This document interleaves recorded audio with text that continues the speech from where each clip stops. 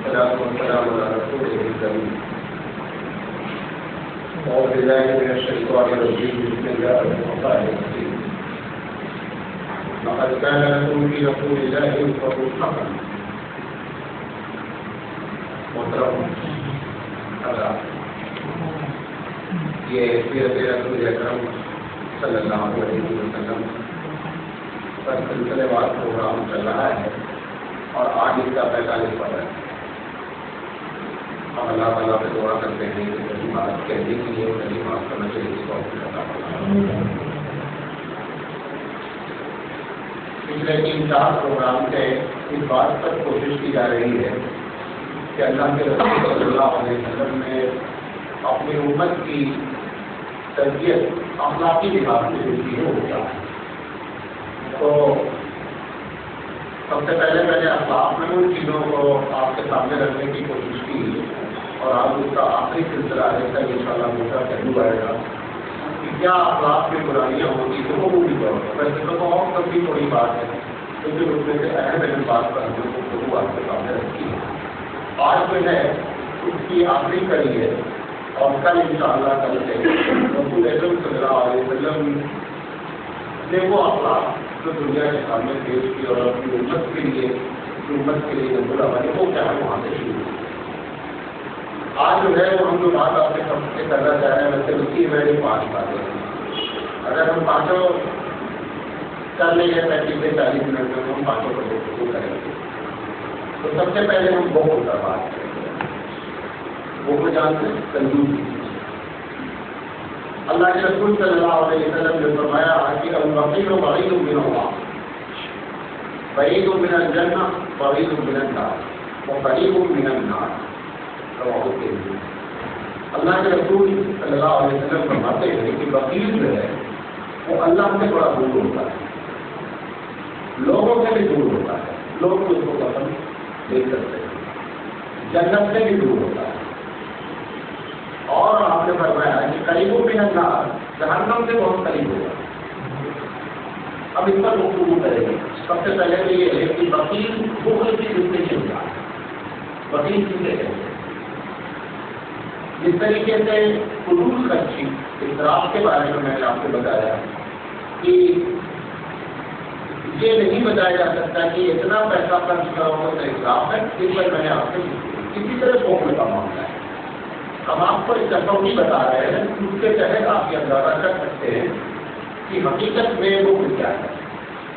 تو اس کی تعریف میں یہ بات کہی ہے، غور سے لیجیے گا، اس کی تعریف میں یہ بات کہی گئی ہے کہ شریعت نے جس معاملے میں کہا ہے خرچہ کرو، وہاں پر ایک بندہ خرچہ نہیں کرتا ہے تو ایسی شکل نہیں ہو اور یہ گناہ ہے۔ اور ہمیں اس کو تھوڑا سا اور مثال کے طور پر ایک آدمی کے پاس پیسہ ہے اور شریعت کہتی ہے کہ اگر ایک آدمی تم سے پریشان ہے اور کہہ رہا ہے کہ میں پریشان ہوں، تمہارے دل میں یہ بات اتر نہیں کہ یہ بات سچ کہہ رہا ہے اور تمہارے پاس اتنا پیسہ ہے کہ تمہاری ضرورت سے زیادہ ہے، اگر آپ نہیں دیں گے تو وہ کسی کیٹیگری میں آ جائے گا۔ جہاں جہاں بھی شریعت نے خرچ کرنے کے لیے کہا ہے ان تمام مقامات پر اگر آپ نہیں کریں گے، ہم نہیں کریں گے تو وہ کسی کیٹیگری میں آ جائے گا۔ اس میں سے 4 اہم باتیں بہت اچھی۔ ایک تو یہ ہے کہ جس معاشرے میں آپ رہ رہے ہیں، جس جگہ پر آپ رہ رہے ہیں، اس معاشرے میں کوئی بھی مسلمان یا غیر مسلم آپ کے علم میں آیا ہے کہ یہ پریشان ہے یا اس نے خود بتایا ہے میں پریشان ہوں اور آپ کو تصدیق ہے کہ یہ پریشان ہے، اور 3 چیزوں کی آپ کو ڈیمانڈ کر رہا ہے۔ کتنی چیزوں کی ڈیمانڈ کر رہا ہے؟ 3 چیزوں کی۔ نمبر 1 کہہ رہا ہے کہ مجھے کھانے کے بعد کے لیے پیسے دیں، پہلی ڈیمانڈ کر رہا ہے۔ دوسرا کہہ رہا ہے کہ میرے پاس اتنا کپڑا نہیں ہے کہ میں اپنے فصل کو صاف کروں۔ تیسری بات کہہ رہا ہے کہ نہ مجھے کرائے پہ گھر مل رہا ہے، اتنا پیسہ نہیں، اور نہ میرے پاس اپنی جھوپڑی ہے کہ میں دھوپ سے، پانی سے اور ہوا سے بچ سکوں۔ یہ 3 ڈیمانڈ اگر وہ کر رہا ہے اور آپ کو یہ یقین ہو گیا کہ یہ سچ کہہ رہا ہے، لازم سے کیا ہوگا؟ اس سے کوئی بحث نہیں ہے کہ وہ مسلمان ہے کیسے پہلے کی انسانیت کے ناطے ہم کو اس کی مدد کرنی ہے اپنی طاقت کا ایک وقت کا کھانا کھلا کرتے لیکن جب تک آپ کے دل میں یہ بات اترے گی نہیں تب تک آپ پر یہ واقع نہیں آپ یہ سمجھ رہے ہیں کہ یہ پیشاور ہے اور ہر ایک سے اسی طرح کہتا رہتا ہے لیکن اب آپ کی چوائس ہے آپ مدد کریں گے لیکن اگر آپ کو یقین ہو گیا اور خاص کر ایسا بندہ جو کسی سے مانتا نہیں ہے اور آپ کی نالج میں ہو جاتا ہے تعریف کرتا ہے ایسے شخص کی مدد کرنا جو لوگوں کے سامنے منہ نہیں کھولتا ہے اور آپ کو معلوم ہے کہ بندہ اندر سے کیا ہے پریشان ہے ایسے شخص کی مدد کرنا تب سارے لوگوں میں مدد کرنے میں سب سے نمبر 1 نمبر 2 آپ کے جو پوری رشتے دار ہیں وہ پریشان ہیں اور یہ 3 پریشانی آپ کے سامنے رکھتے ہیں یہ بتایا لازم ہے کہ آپ ان کی مدد کریں اگر نہیں کرتے ہیں تو گنہ گار ہے وہ کسی پہلے نہیں گزار نمبر 3 آپ کا پڑوسی ہے اور یہ 3 باتیں وہ پیش کر رہا ہے لازم ہے کہ ہم اس کی مدد کریں والدین ہیں اور وہ یہ 3 بات پلس ایک بات اور یعنی لڑکا الگ رہ رہا ہے والدین الگ رہ رہے ہیں بچہ والدین پیسہ مانگ رہے ہیں اور اس پیسے کا استعمال ان 3 چیز میں کرنا چاہ رہے ہیں لازم ہے چاہے آپ کے پاس واجب پیسہ ہو یا نہ ہو آپ کے پاس ایک ہی روٹی ہے جو آپ کا کھانا اس میں سے بھی آدھا والدین کو دینا پڑے گا ان کی بھی آدھی روٹی ہو کھائیں گے آدھی روٹی نہ کھائیں اور ان کے پاس جو چوتھی چیز ہے 3 چیزیں تو وہ جو بتائی چوتھی چیز ان کی یہ ہے وہ آپ سے کہہ رہے ہیں کہ پیسہ بھیجو بیٹا پیسہ دو بیٹا کیونکہ میرے اوپر قرض ہے جو میں نے ضرورت کے لیے لیا ہے اور اب وہ قرضہ ان سے پیسے مانگنے لازم ہے بیٹے کو پیسہ دینا اگر نہیں دیتا ہے تو یہ تفصیل نہیں جائے گا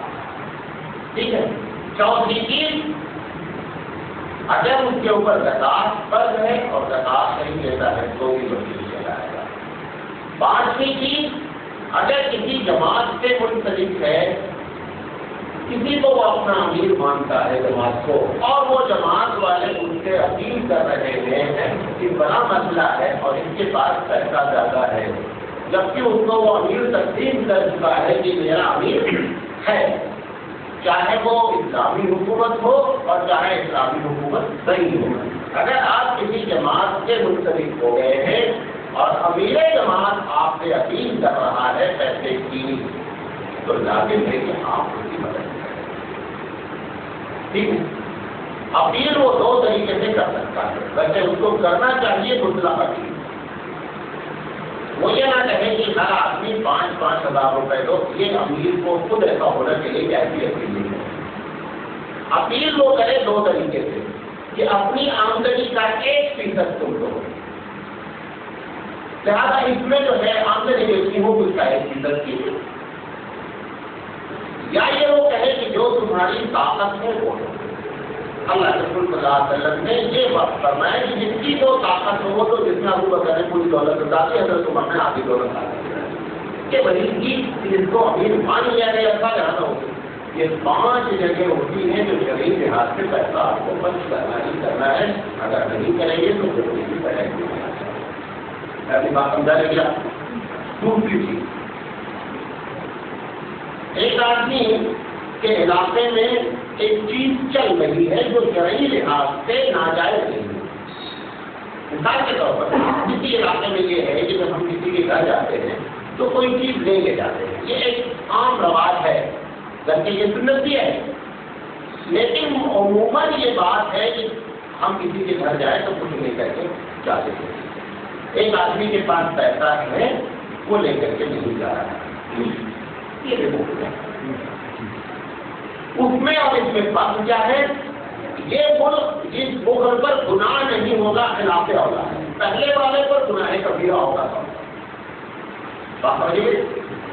تیسری چیز آپ کو اپنی عزت کی حفاظت کرنے کے لیے کہیں پیسہ خرچہ کرنے کی بات آتی ہے اب آپ نہیں خرچہ کر رہے ہو جس کی وجہ سے عزت جانے کا خطرہ ہے اور آپ کے پاس پیسہ رکھا ہوا ہے پیسہ ہی نہیں کر تو کوئی مسئلہ ہی نہیں پیسہ ہونے پر ہی مکل ہوتا ہے جب پیسہ ہی نہیں تو مکل کیا ہوگا یہ تو انڈرسٹینڈ بات ہے کہ پیسہ ہونے پر ہی وہ کرے، اس کی فضا دے رہے ہیں.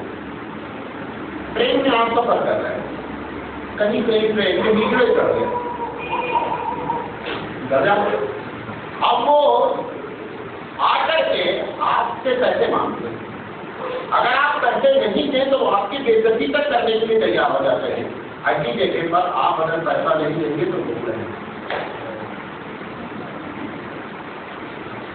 آپ کو اتنا پیسہ دے کر کے جان چھڑا لینی ہے کہ تاکہ بے عزتی، کیونکہ جس طریقے سے وہ ایکٹنگ کرتا ہے، جس طریقے سے وہ بے عزتی کرنے کی کوشش کرتا ہے، وہ بڑی خطرناک چیز ہے. لہٰذا اس سے پہلے اپنی کیا کرنا ہے، عزت بچا لینا ہے. اپنی عزت بچانے کے لیے بھی کیا ہے، پیسہ نہیں خرچہ کریں گے. تو اللہ کے رسول صلی اللہ علیہ وسلم نے فرمایا کہ جو آدمی اپنی عزت بچانے کے لیے پیسہ کرتا ہے، اس خرچہ کرتا ہے، وہ بھی صدقہ لکھا جاتا ہے.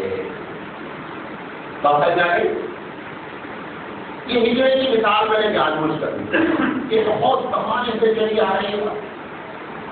اسی طریقے سے دوسری چیزیں بھی ہو سکتی ہیں. مثال کے طور پر شہر کا کنڈا ہے اور آپ کا بس اس کے اوپر نہیں چل پا رہا ہے، ہفتہ وصول رہا ہے. نہیں کرو گے تو جان مال کا خطرہ آپ کے ہے، مجبور ہو کر کے آپ کو دینا ہے. اگر آپ کے پاس پیسہ ہونا ہے، یہ الگ بات ہے، وہ 100% گنہگار ہے. لیکن آپ کو اپنی عزت بچانے کے لیے آپ دوسری کوشش بھی کرتے رہیں کہ یہ سسٹم ختم ہو، ان کے خلاف مہم چلاویں، لیڈروں سے بات کریں. لیکن ابھی فی الحال وہ آگے آپ کے سر پہ کتاب 10 روپیہ دینے دینا ہے. یا کبھی کبھی آپ گاڑی سے سفر کر رہے ہیں گاؤں میں، ادھر ادھر وہ بیلنس لگا کے گاڑی روک دیتے تھے، آپ یہاں سے چندہ دینے کا، بندہ گاڑی ہماری توڑ دیں گے. مجبوری ہے، وہاں پر بھی آپ کو دینا ہے، بندہ گاڑی بچانا ہے، اپنی عزت بچانا ہے. ایسے ہی طریقے سے بہت سی چیزیں ہو سکتی ہیں. یہ تمام چیزوں میں بخل کہلاتا ہے. بخل سے بچنے کا طریقہ ہے. بخل کی بنیاد مال کی دولت، بخل کی بنیاد مال سے دولت. مال یہ جو کہا گیا ہے کہ بعید من الجنہ، جنت سے بندہ دور رہتا ہے. کیونکہ جس آدمی کے دل میں مال کی محبت بیٹھ جائے گی تو ہزاروں وہ غلط کام دوسرے اس کی وجہ سے کیا کرے گا. تو بخل جو ہے وہ دوسرے مسائل کو، دوسری مصیبتوں کو بھی لے کر کے آتا ہے. لہٰذا اس لیے ان کے بچنے کا طریقہ یہ ہے کہ کم سے کم مال سے محبت کی جائے. اچھا ہے بڑا مشکل تھا، زیادہ بڑا نظریہ سب سے بڑا نظریہ بن رہا ہے. مال تو آدمی کو بہت پسند ہے. ہم یہ سوچیں کہ یہ کتنے دن ہمارے ساتھ رہنا ہے. پہلا کتنے دن ہمارے ساتھ رہنا ہے. پھر جن کے لیے بتا رہے ہیں وہ کتنا ساتھ ہمارا دیں گے.